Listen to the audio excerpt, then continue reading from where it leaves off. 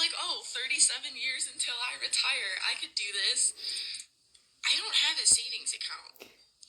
There's hardly anything in my 401k. I'm not retiring.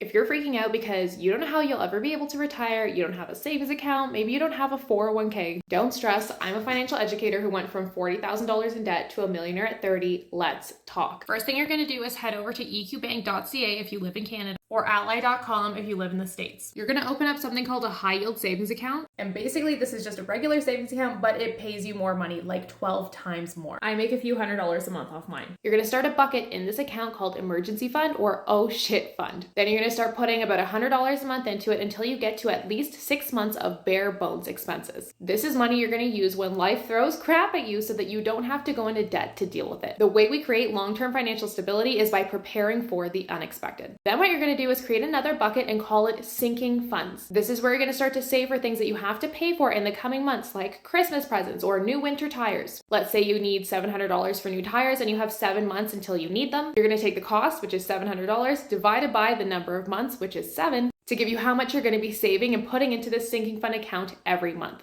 Pro tip, set this up as an automatic transfer so you take your mind out of it and it happens whether you think about it or not. Next, you're going to call your HR department and you're going to ask them if they provide a match for your company retirement account. If they do, you're going to contribute just enough to get the match. If they don't, you're going to open up a self-directed investing account instead. If you're making around $60,000 a year, a Roth IRA in the US or a TFSA in Canada is probably your best bet. Then you're going to use the 120 rule to decide what to invest into. To do this, take 120 and minus your age. So let's say you're 30 years old, that would leave you with 90. This means 90% of your investments will be in stocks and 10% will be in bonds. Do not just choose a balanced portfolio because somebody told you it's lower risk if you are decades away from retirement. It actually becomes higher risk because you won't see the growth you need to in your accounts to hit your retirement goals. AKA, you will not have enough money to retire. Spending more time in the market, AKA investing while you're young, is the best way to grow your wealth and reduce risk. And now you're not going to stock pick inside this account. You're going to choose either a 3-fund portfolio made up of a US index, an international index, and a bond index, or an asset allocation fund or target date fund. Making money is great, not losing it is even better. And something like 98% of stock pickers don't make money. If you want to keep learning about money and investing, I've created a free webinar for you guys to get started. It's on our website under freebies.